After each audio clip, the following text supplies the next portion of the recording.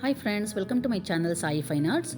So friends, today in this video I am going to paint or design Diya holders, or we can say Diya decorations for the Diwali celebrations. So all the material details I have given in the description box along with the links, and also given the same details in the video caption.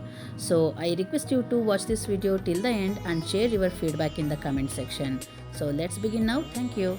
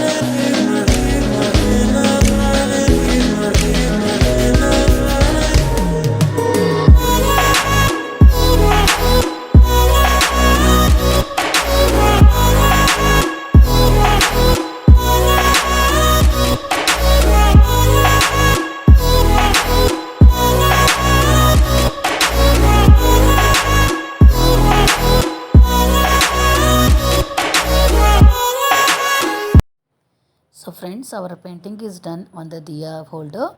So you have seen here how simple and easy to do this. So thanks a lot for watching this video till the end, and I hope you have enjoyed. And please, if you are not yet subscribed, please subscribe, like, share and comment, and please don't forget to press the bell button. And again, I will meet you in the next upcoming video. Thank you.